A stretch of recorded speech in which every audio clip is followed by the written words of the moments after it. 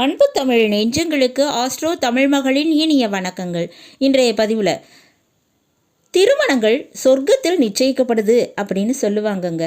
ஏன்னா திருமணம் என்ற இந்த பந்தம் தான் நம் வாழ்வினை சொர்க்கமாகவோ அல்லது நரகமாகவோ மாற்றுதுன்னு சொல்லலாங்க.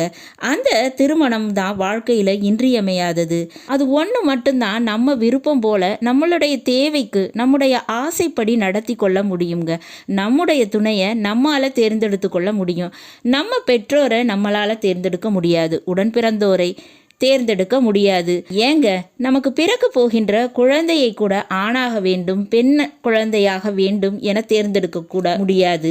அதுபோல் அவங்க குணத்தினை நிறத்தினை கூட நாம் மாற்ற முடியாது, தேர்ந்தெடுத்து கொள்ள முடியாது.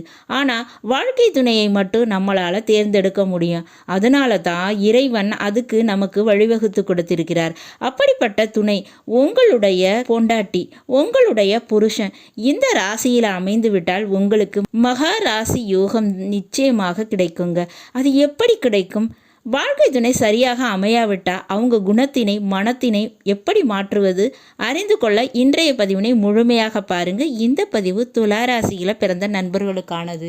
பதிவினை முழுமையாக பாருங்க. பதிவு பிடிச்சிருந்தால் லைக் பண்ணி கமெண்ட் பண்ணி மற்ற நண்பர்கள் உறவினர்கள் பயன்பெற அவங்களுக்கும் ஷேர் பண்ண மறந்துடாதீங்க.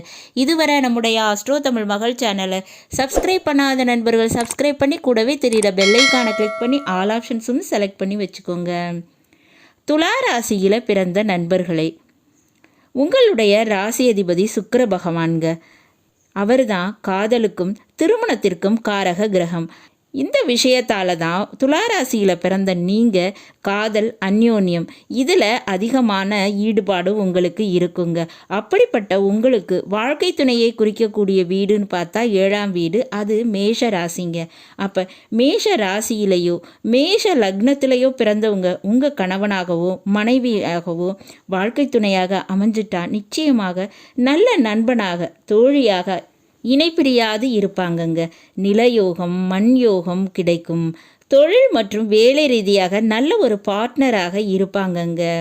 அடுத்தபடியாக பார்த்தோம்னா கும்ப ராசியிலேயோ கும்ப லக்னத்திலேயோ பிறந்தவங்க உங்களுடைய கணவனாகவோ மனைவியாகவோ அமைந்து விட்டால் நிச்சயமாக எதிர்பாராத அதிர்ஷ்டம் கிடைக்குங்க. உங்கள் முயற்சிக்கு நல்ல ஒரு உறுதுணையாக இருப்பாங்க. வெற்றி லாபம் தருவாங்க. அவங்களால அதிர்ஷ்டம் முதல் செல்வம் வரை எல்லாமே கிடைக்குங்க. இப்படிப்பட்டவங்களாக இருப்பாங்க. அடுத்தபடியாக பார்த்தோம்னா துளாராசிக்கு மிதுன ராசியிலேயோ மிதுன லக்னத்திலேயோ பிறந்தவங்க வாழ்க்கை துணையாக கணவனாகவோ மனைவியாகவோ அமைந்து விட்டால் உங்களுடைய தாய் தந்தை போல இருந்து உங்களை அரவணைத்து காப்பாங்க. நல்ல காரியங்கள், நல்ல கல்வி, நல்ல அறிவுரை போதிப்பவர்களாக இருப்பாங்க. மேலும் துளாராசியில் பிறந்த உங்களுக்கு வாழ்க்கை துணையாக கணவனாக மனைவியாக சிம்ம ராசியில் பிறந்தவங்க அமைந்து விட்டால் லாபம் கிடைக்குங்க. பணவரவு சொத்து வாழ்க்கை துணை மூலமாக நிச்சயமாக கிடைக்குங்க. அதுக்கு வாய்ப்புகள் இருக்கும்.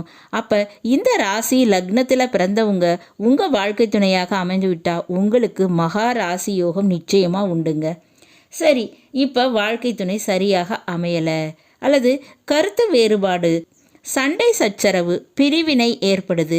அதனை சரி செய்ய என்ன செய்யலாம்? அதுக்கு நல்ல ஒரு புரிதல், கருத்து ஒற்றுமை, காதல் அந்யோன்யம் ஏற்படணும். வாழ்க்கை துணையோட ஒரு சந்தோஷமான வாழ்க்கையை நீங்கள் வாழணும் அப்படின்னு நீங்கள் நினச்சா என்ன செய்யலாம், என்ன வழிபாடு செய்யலாம் அப்படின்னு கேட்டிங்கன்னா முருகனுடைய வழிபாடு செய்யுங்கங்க.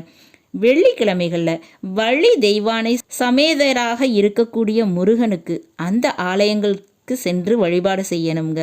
மூவருக்குமே செந்தாமரை மலர் சாற்றி வழிபாடு செய்கிறது நன்மையை பெற்றுத்தரும். உங்கள் வீட்டு பூஜை அறையில் வாரத்துக்கு ஒரு முறை செந்தாமரை மலர் வாங்கி வைத்து வழிபாடு பண்ணுங்க. நிச்சயமாக உங்கள் வாழ்க்கை துணை வழியில் மிகப்பெரிய மனமாற்றம், குணமாற்றத்தினை நீங்கள் காணலாம். நல்லது நண்பர்களே, இன்றைய பதிவு உங்களுக்கு பிடிச்சிருக்கும் நினைக்கிறேன். பிடிச்சிருந்தால் லைக் பண்ணி கமெண்ட் பண்ணி மற்ற நண்பர்கள் உறவினர்கள் பயன்பெற அவங்களுக்கும் ஷேர் பண்ண மறந்துடாதீங்க. இதுவரை நம்முடைய ஆஸ்ட்ரோ தமிழ் மகள் சேனலை சப்ஸ்கிரைப் பண்ணாத நண்பர்கள் சப்ஸ்கிரைப் பண்ணி கூடவே தெரிகிற பெல்லைக்கான கிளிக் பண்ணி ஆல் ஆப்ஷன்ஸும் செலக்ட் பண்ணி வச்சுக்கோங்க. மீண்டும் ஒரு நல்ல வாய்ப்பினில் உங்கள் அனைவரையும் சந்திக்கிறேன். அதுவரை ஆஸ்ட்ரோ தமிழ் மகளின் அன்பு கலந்த வணக்கங்கள். நன்றி.